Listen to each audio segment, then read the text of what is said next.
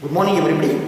So, my dear friends, we shall start with the another chapter called Design of Isolated Footings. Okay. So now, as you know, footings or the foundations are the are very basic part of any structures, because the entire building stands on the foundation. Okay. Foundations are also called footings sometimes. Okay, foundation or footings. What they do is now, they usually transmit all the loads to the soil, underlying soil. Am I right now? So now we should see that the entire weight of the building or entire weight of the structure, it is safely transmitted to the soil or the underlying rock, whichever is now available. That is the main intention of this footings or foundation. In the sense, the main function of this footing or foundation is it is going to transmit all the loads to the underlying soil. In the sense, it spreads all the loads to the soil like this. That is one thing. And usually, as you know, these footings are below the ground level. They are all below the ground level. So now what happens is now, whenever in sense of your load comes on the soil, soil is going to be compressed a little bit. Am I right? So the soil is going to be compressed a little bit.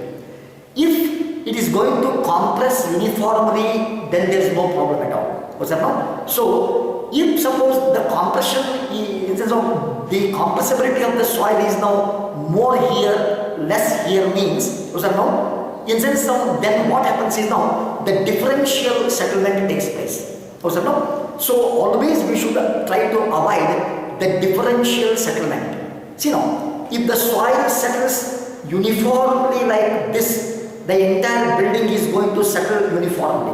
Am I right now? But suppose, this soil is going to settle more, this soil is not going to settle more means, your building is going to be like this. It is not human. In sense, it will not be even settlement. At that time, your entire building becomes like this. So now, always we should try to avoid this differential settlement. Differential settlement should be always avoided because it is going to create a lot of problems.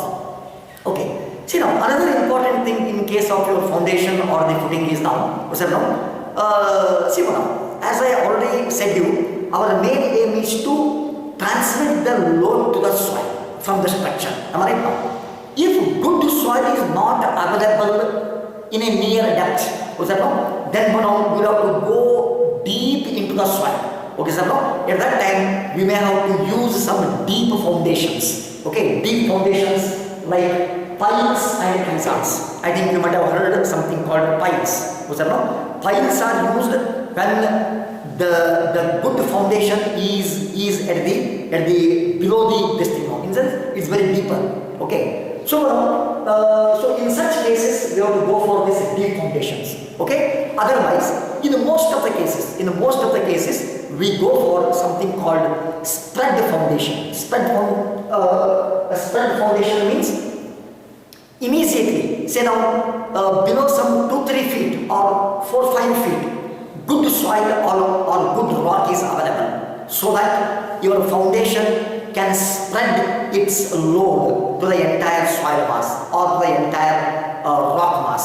Okay, so such foundations we call them as spread foundations. In a sense, the main aim of the main work of this spread foundation is, as the name itself indicates, it spreads the load to the entire soil mass. That's why they are called spread foundation, or they are also called spread footings. Spread footings. Okay. So now, in case of a wall, in case of a continuous wall, we call it as continuous footing. It's a continuous footing because wall is continuous. Okay. Suppose if you take a column, a column, here we call this as isolated footing, because for this column only one foundation is there now. Okay. So now this is called a isolated footing. Okay. In case of wall, it is continuous footing. Okay, and in case of column, it is isolated footing.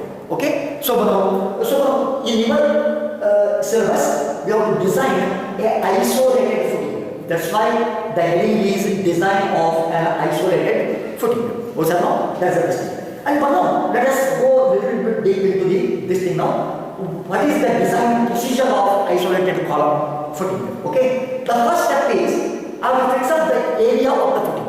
Area of the footing means if you see from the top, this footing may be square in the plan or rectangular in the plan or circular in the plan. Am I right, sir? Anything. So now area of the footing is it can be easily calculated as W plus W dash divided by 2, where W is the weight or the load coming from the column, load on this thing column. W dash is the self weight of this footing, self weight of the footing. Self weight of the footing is usually taken as 10 to 20% of this W, usually approximately. Okay, divided in sense is the total load divided by Q naught it is the SBC of the soil. Q naught is SBC of the soil. Okay, so now this simple equation will give me the area required for the foundation. Okay, thank you very much.